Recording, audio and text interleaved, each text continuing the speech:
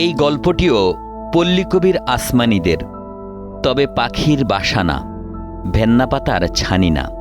একটুখানি বৃষ্টি হলেই এই আসমানীদের স্কুলে পানি গড়িয়ে পড়ে। একটুখানি হাওয়া দিলে স্কুল ঘর নড়বড় করে। টিনের চাল গড়িয়ে শুধু বৃষ্টির পানি না, গনগনে দুপুরে ক্লাসের সময় তাদের গা বেয়েও দরদর করে ঝরে পড়ে ঘাম। তখন খাতা ভিজে যায়, রং মুছে যায়। গল্পটি পটুয়াখালী জেলার শরিকখালী সরকারি প্রাথমিক বিদ্যালয়ের। স্কুলের নামেই শুধু খালি নয়, তাদের ছবিগুলো আসলেই শূন্যতার।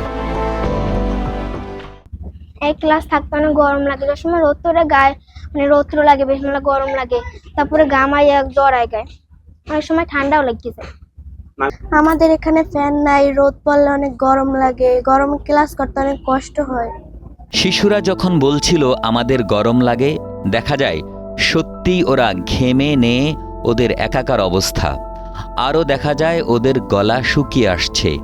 অনেককেই অনেকবার বাইরের পানি ট্যাপ থেকে পান করতে দেখা গেছে। এই পানি পানের ব্যবস্থাও চোখে পড়ে অনিরাপদ। 1993 সালে প্রতিষ্ঠিত হয় পশ্চিম শরিকখালী সরকারি প্রাথমিক বিদ্যালয়। এটি ছিল এলাকার শিক্ষার বাতিঘর। 2024 সালে ভবনটি অতিরিক্ত ঝুঁকিপূর্ণ ঘোষণা করা হয়েছে। কর্তৃপক্ষ ঝুঁকিপূর্ণই শুধু লেখে নাই, সামনে যোগ করেছে আরও একটি অক্ষর, অতিরিক্ত। সকলের প্রত্যাশা ছিল সরকার যেহেতু বলছে অতিরিক্ত ঝুঁকিপূর্ণ, নিশ্চয়ই নতুন ভবনও দ্রুতই হবে। দায়িত্বপ্রাপ্তরা নিয়মিত স্কুলটি দেখতেও যান, তবে এ কেবলই নিয়ম রক্ষার দর্শন। আমার চাকরি তো হচ্ছে 2023-এর পর থেকে, জয়েন করার পর থেকেই আমি এই দেখতেছি এই অবস্থা। এখানে সবাই আসে, টিও আসে, ডিপিও আসে, এটিও আসে, সবাই আসে, জানে যে এই বিল্ডিংটা পুরাই পরিত্যক্ত। বড় বড় অফিসার আসে, বারবার আসে, এখানে আমরা বলি এবং ঊর্ধ্বতন কর্তৃপক্ষের কাছে বলি, কিন্তু বলার পরও আমরা কিছুই পাইতেছি না। কিন্তু কি জন্য পাইতেছি না তা আমরা বলতে পারি না। স্কুল ভবনটি পরিত্যক্ত, কিন্তু আজও জলজল করে জ্বলছে একটি নীতি কথা। বিদ্যালয় হবে বাড়ির মতো, শিক্ষক হবে মায়ের মতো। কিন্তু বিদ্যালয়টি আর বাড়ি হয়ে থাকেনি।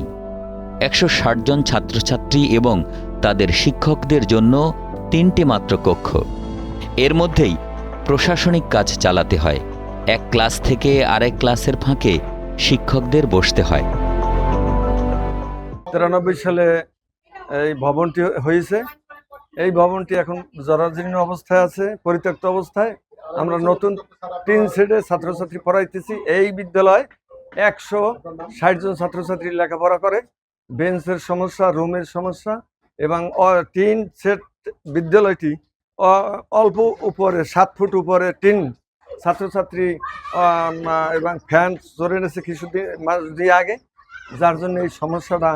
এখন আমাদের 3 সেটে থাকতেও আমাদের কষ্ট, আমাদের রুম নাই এবং লাইব্রেরি নাই, কাগজপত্র নিয়ে আমরা আছি বিবাদের ভিতরে।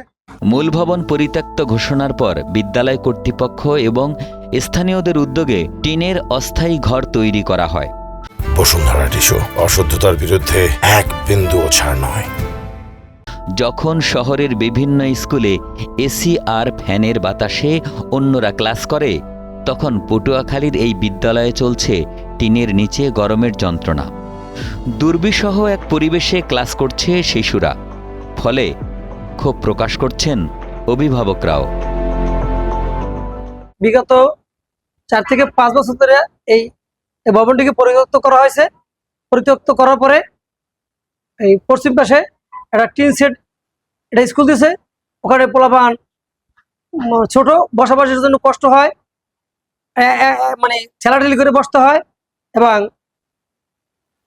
খুবই ফ্যান নাই, বিদ্যুৎ নাই। আবার মাস্টাররা যে দপ্তরিক কাজগুলো করবে, এরকম তাদের একটা বসার জায়গা নাই, পরিবেশ নাই। শিক্ষার্থীরা গরমে অসুস্থ হয়ে পড়ছে। বিশেষ করে যারা দূর থেকে আসছে, তাদের অসুবিধা হচ্ছে একটু বেশি।